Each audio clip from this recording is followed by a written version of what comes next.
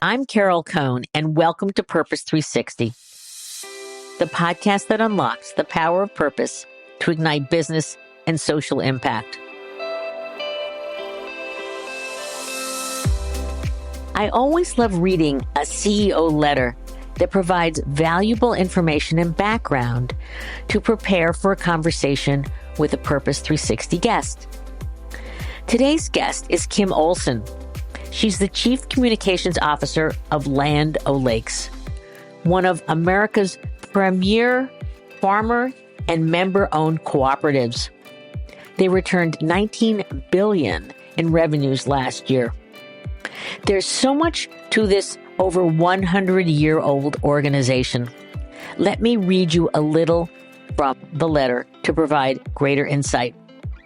A century ago, Land O'Lakes was founded by farmers for farmers. These men and women worked hard. They took care of their land and animals, looked after their neighbors, and recognized that we all do better when we work together. They understood then, as we do now, the power of community and the cooperative to not only meet the needs of the day, but to chart a stronger course for tomorrow. Well, today, Land O'Lakes has grown into a Fortune 200 business with a diversified network that touches 50% of the harvested acres in the United States. Their members who live and work in rural communities across the country are entrepreneurs who are truly changing the world for better. Farmers are the original environmentalists, and they have always been stewards of the land. They understand the impact that climate has on their individual livelihoods and our nation's food production system at large. In today's conversation, we're going to dive into the structure of Land O'Lakes. We're going to talk about how their purpose, rooted in tomorrow, truly is lived by all layers and members of the organization, as well as our agricultural retailers. We're also going to talk about how Land O'Lakes has supported its rural communities in deep and profound ways, especially through the American Connection Project, bringing broadband to communities that were just not linked to fast internet or internet at all, that was essential for their business, for their education, for their success of their families, for their economic resiliency and vibrancy of their communities. This is such a rich conversation. I can't wait to get started, so let's dive in.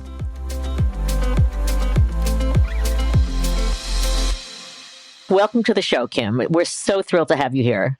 Gosh, Carol, it's such a pleasure to be here. I really appreciate the invitation. I just want to start with, you just won a huge accolade.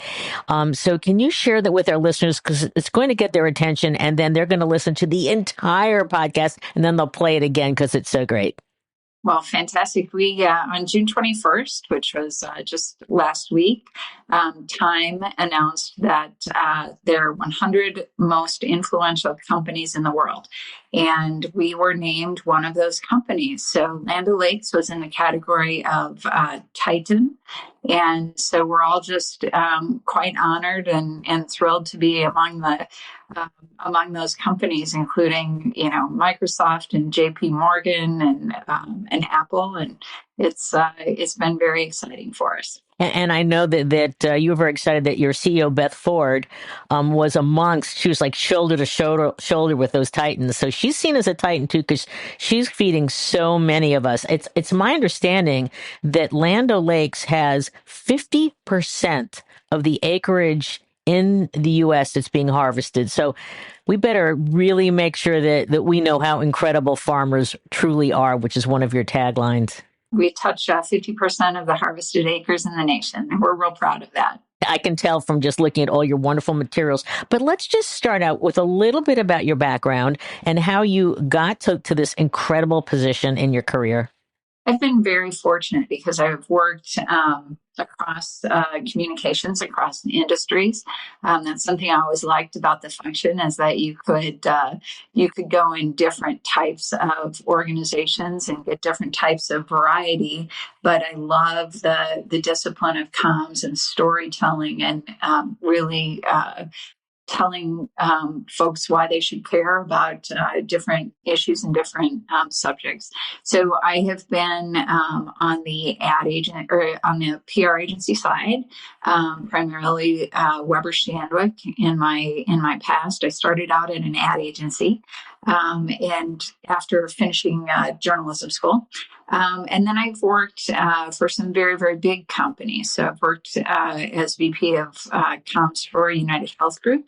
I've worked as chief comms officer for Carlson, which is, big travel industry player. And, where you and I met, I worked at General Mills as their head of PR for a time.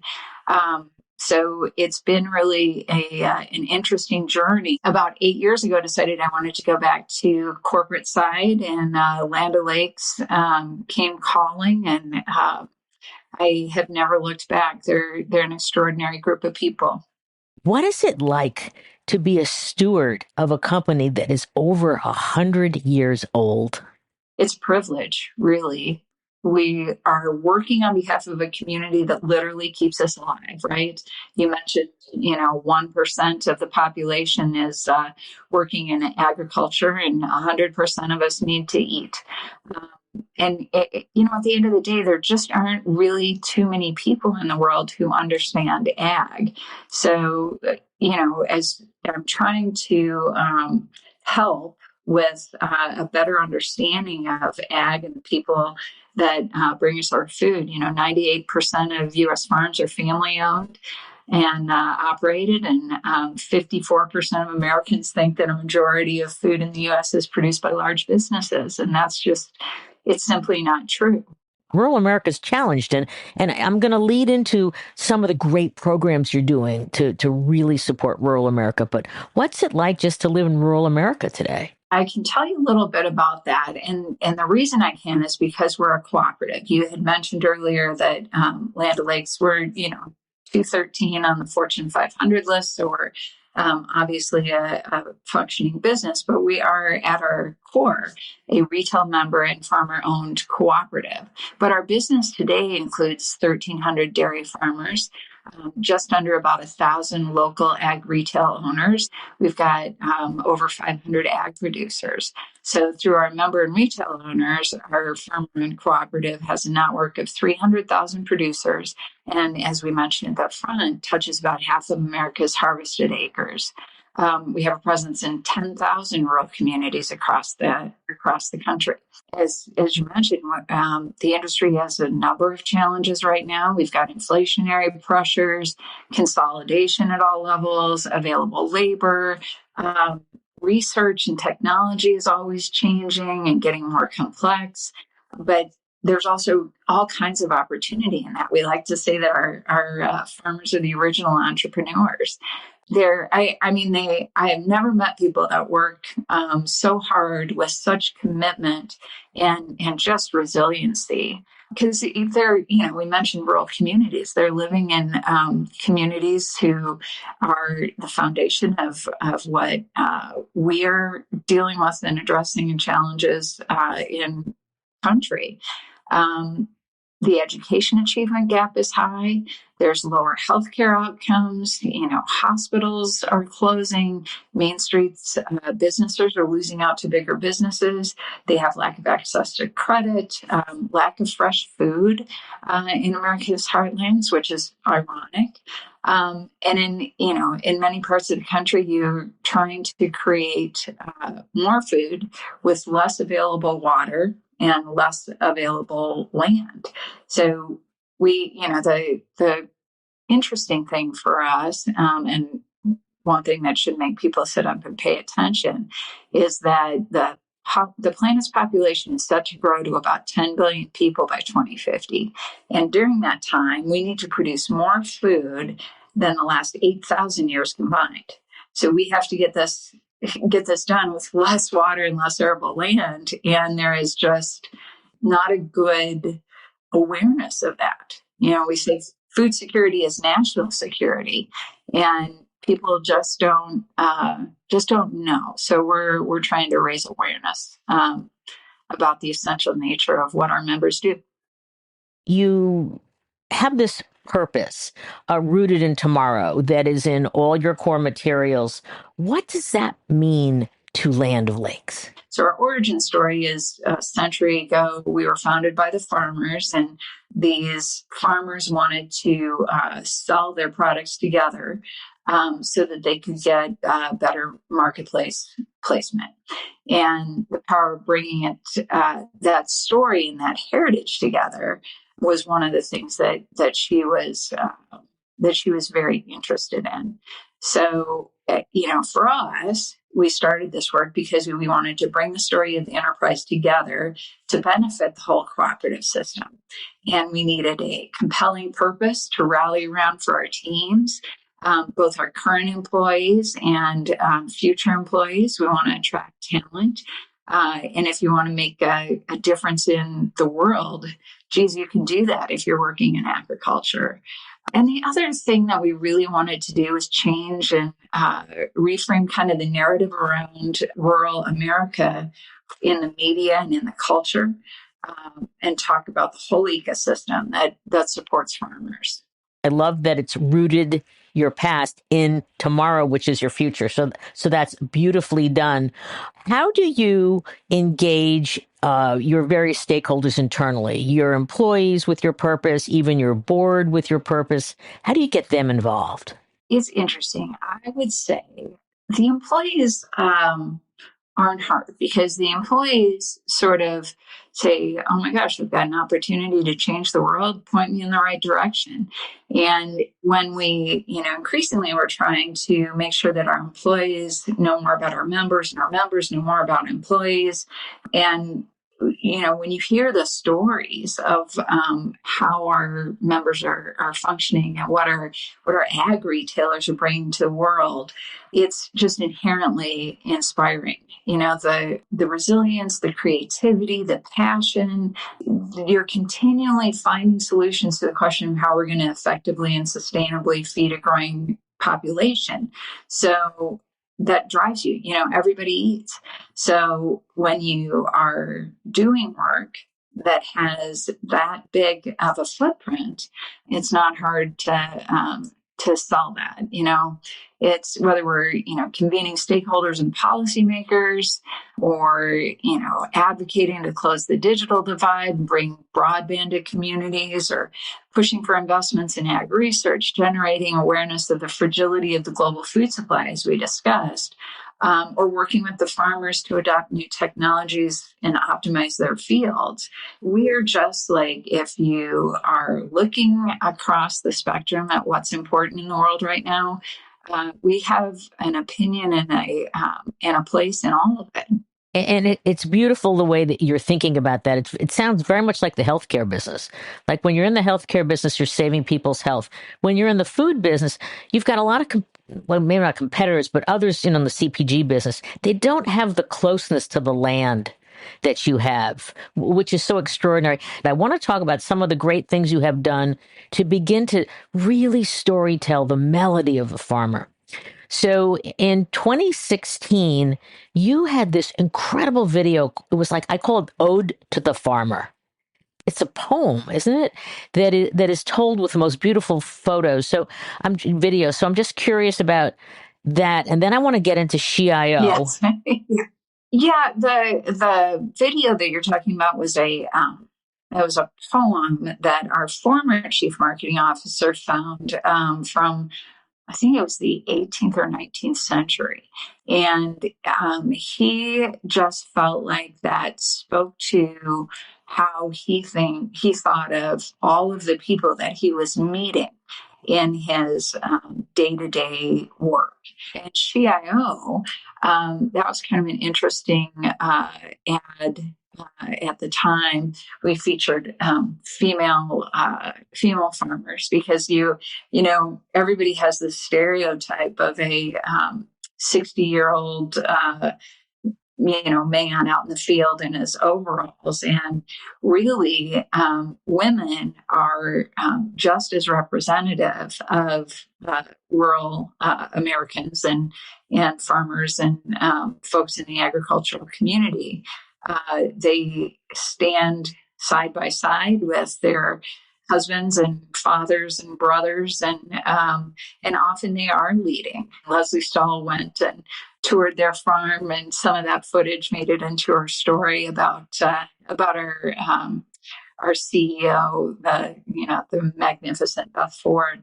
I just want to pause on the incredible Beth Ford, because you're not saying that because, hey, it's near review time. Yes, I mean, no. can you talk a little bit about your purpose, rooted in tomorrow, and how Beth brings that to life? And I think she does it in many, many different ways.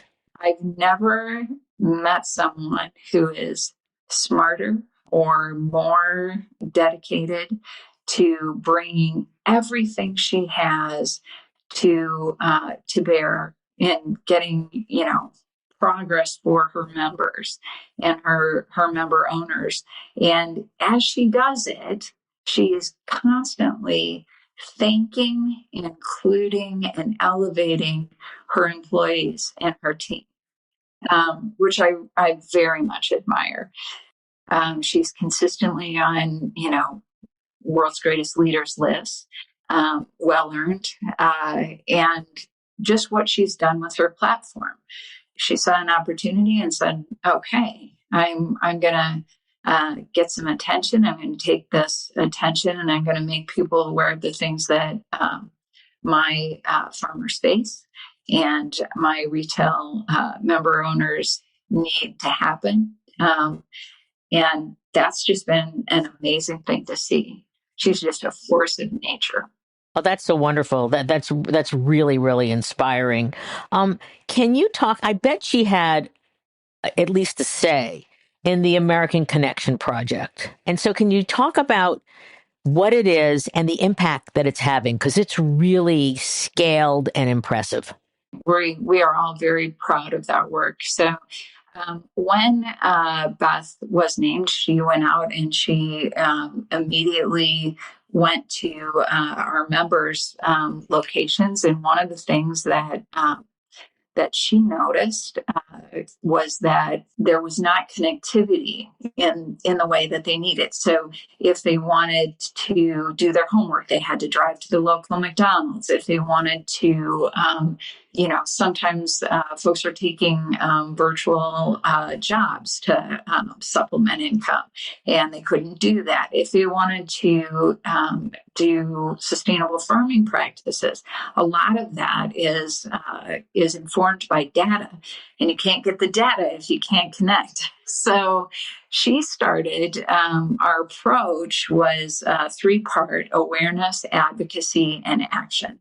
So she started talking about the reality of the digital divide and not having what we needed in rural communities to be connected. Then this is somebody who brings people together and organizations together in a way that I haven't seen before. So she then would bring together the right players to address the problem. So then when we kind of moved to advocacy, we formed the American Connection Broadband Policy Coalition.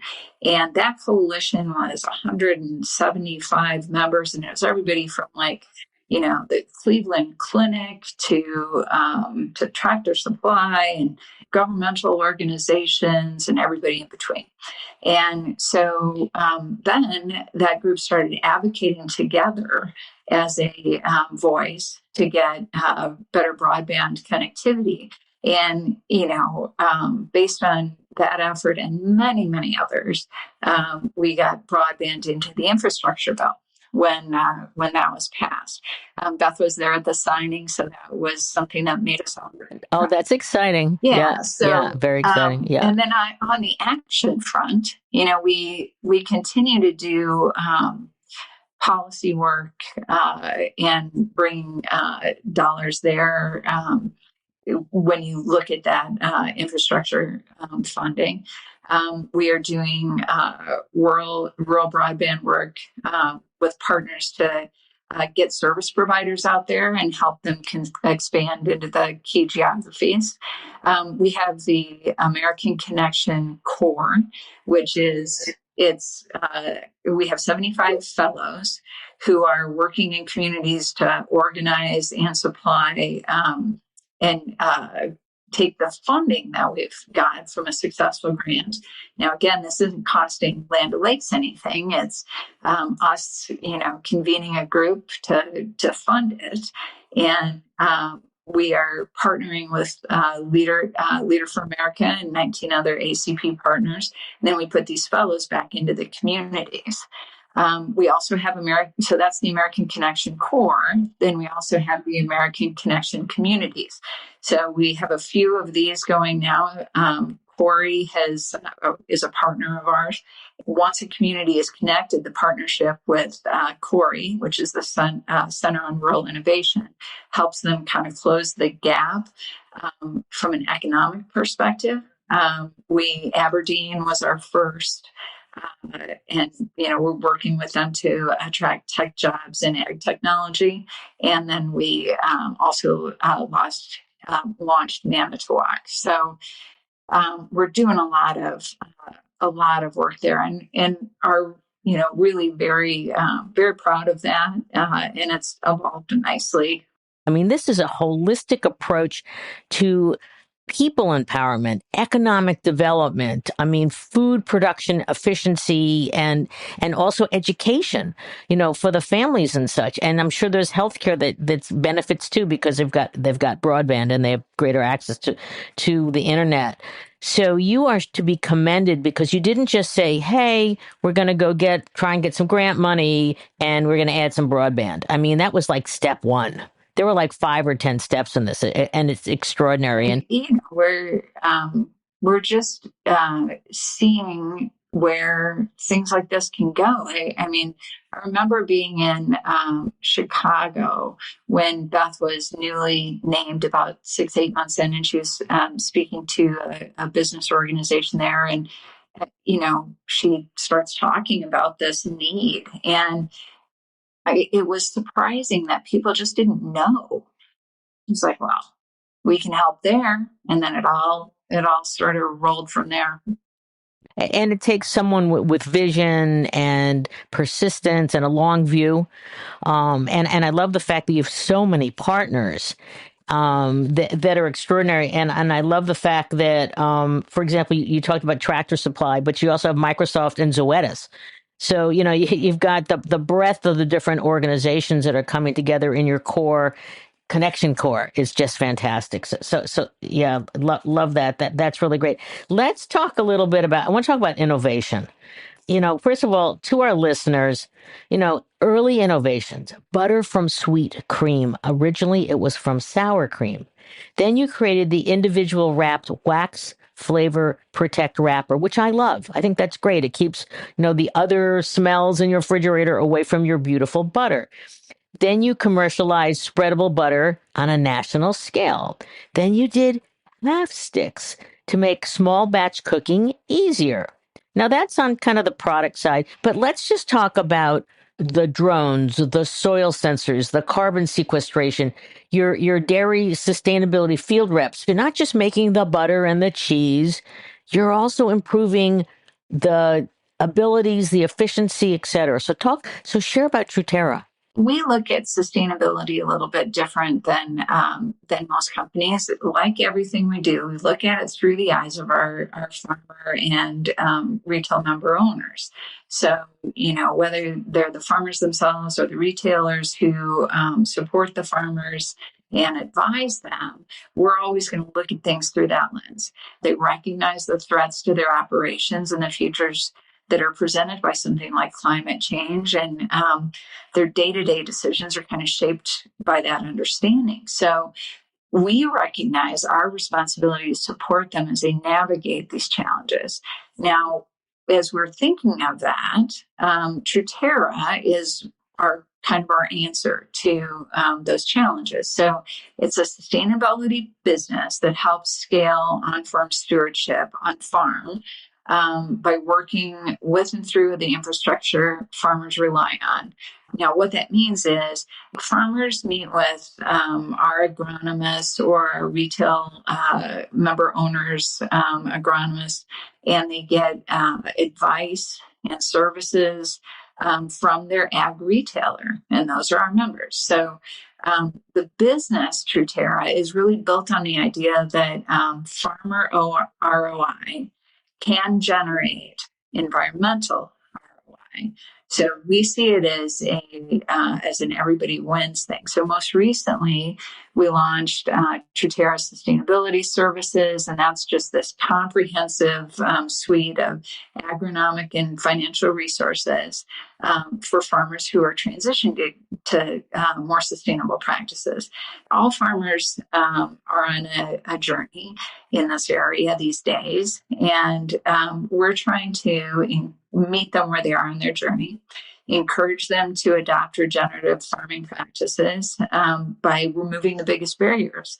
And their barriers are they're afraid of lost profitability and productivity. So who do you turn to for advice on that? People that are going to put the farmer first. So that's kind of where we are with that business. It's really a booming topic and a booming effort. And one of the things that Truterra does brilliantly and that you're doing is that you are improving the nitrogen efficiency, dealing with soil erosion quality, greenhouse gas emissions to create carbon credits. And that I just saw that you had an announcement of over $5.1 million in carbon credits going back to your members that were enrolled in that initiative. Yeah, in fact, we are at a point where we are almost sold out. It's oh my it's God, amazing. That's fantastic. But because we have all of the access to half the harvested acres, we have potential to generate probably more than any other company. We're a leader. It's just brilliant. People don't think of land. They look at that tub of butter and they have no idea of all the incredible things behind it. Let's talk about packaging and your logo, because you made some changes in your logo. And can you talk a little about it and that process? As you look at how close we are to our member owners and how much we were trying to tell their story, we really wanted our efforts, including our packaging, to reflect the foundation, the heart of the company, and the culture. Like many major American food brands, we took stock of shifting consumer dynamics. So particularly, I think, with the emergence of kind of the millennial generation. And, we were asking ourselves, what do we need to do to remain relevant and also profitable in the face of these new demands? So we changed our packaging, and we now have our farmers on the package, and we see a better connection between the folks that create the product and the people who consume it. The cooperative structure is great because it gives us this unique ability to make the connection. And it's just one more way we can bring the farmers into the kitchen. You've been proactive and evolving with who you were. So that's great. Let's talk a little about the foundation, because while you work in 50 states, you're also in 50 countries around the globe. And so we'd love to hear a little bit about, you have Land of Lake Venture 37 and what that is. So share that with us, please. So the Land O'Lakes Foundation is kind of supported by the company. Last year, they contributed a total of $10.1 million to nonprofits, higher education institutions, community organizations. They do things in addition to contributions that are monetary, our foundation is also, as you would imagine, very involved in food donation and how they can do that. We have a member match program. So sometimes when we're making donations, our members can, we make them in member communities, and then the members we match what the members are donating, which works really nicely. So we're very proud of the foundation. In addition, we have an organization called Venture 37, which is a nonprofit that was started by our farmers many, many years ago in the 70s, where we go around the world. We identified our friends and neighbors. Farmers take care of their friends and neighbors. And back in the day, our farmer members decided that their friends and neighbors were all over the globe. And they were people that were starting to feel challenges in food production. And we had some knowledge that we could share. So we have a whole organization that gets grants and funding and that manages those funds and grants to help folks in many different parts of the world, in many different projects. Yeah, you have so much wisdom, but I love, again, rooted in tomorrow, because you're so forward thinking. So as we have to draw to a close, I just want to say, what's next? We are going to focus on global food security. Everything that we are doing and that our member owners are doing is under that umbrella. We see the broad ecosystem and we see some challenges. So whether it's ag research or water or immigration, we are going to fight hard for the people that feed us to get what they need.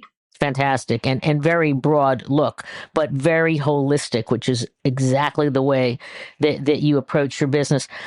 In closing, you have an amazing CEO and you've been a CCO for a long time. Do you have any insights for your colleagues, how they can develop the best relationship with their CEO and how they can walk that fine line in terms of innovation and listening and, pushing, but not too hard, but making sure you're in sync?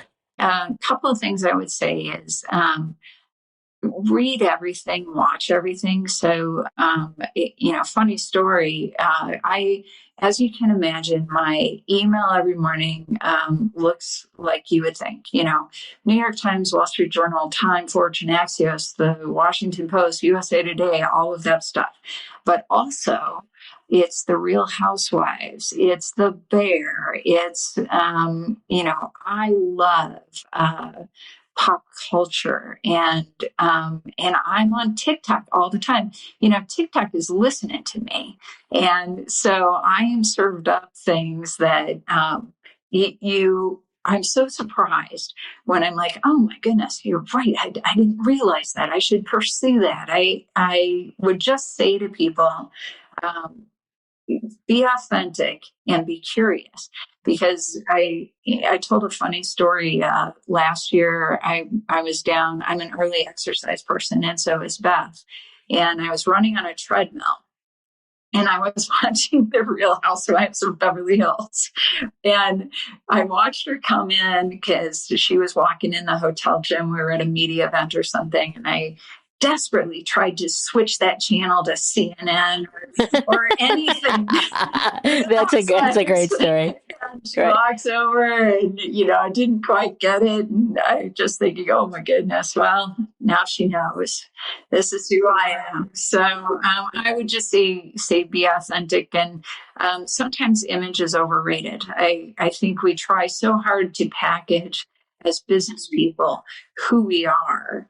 And sometimes a little reality of who we are also makes us great. Right. I love that story. And certainly Zoom, has helped. Like, last I was doing a podcast and my cat's walking across my, my computer, like, no, don't do that. Please don't do that. I know, here we are. So this has been, I hope that this is going to be one of my favorite episodes, because Land O'Lakes, I love as a consumer. And I also love the fact that you teach us. So in closing, I want to thank you, Kim, so much for your time. I know you're really busy. But is there anything else that you'd like to share with our listeners about Land O'Lakes as a brand or the co-op structure or just anything that is just, you've got tons of pearls of wisdom. We could do a whole show on just all the pearls. Oh, well, you're so kind. First of all, I want to say that I've learned from you. So I very much appreciate that you give me the opportunity, and I value our friendship. I would say just from a purpose perspective and from my experience at Land O'Lakes and other places, I would say that leaning into your purpose is the best investment you can make. Because as you think about employees and why they stay in jobs and why they stay at places, and strip away the compensation and the benefits and those things, people will tell you that they want to do meaningful work. And so if you make sure that what you're doing is meaningful, that's going to be a great investment for you. Perfect ending. I'm gonna go, I gotta go make a piece of toast, spread some of my beautiful Land O'Lakes butter on it. So thank you, Kim Olson. This is great, and we can't wait to see the evolution and what you're going to be doing in global security. Thank you.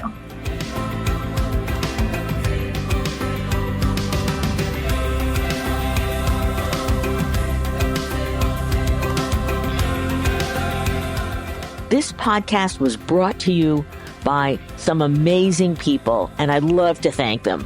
Ann Hundertmark and Kristen Kenny at Carol Cone on Purpose, Pete Wright and Andy Nelson, our crack production team at True Story FM, and you, our listener.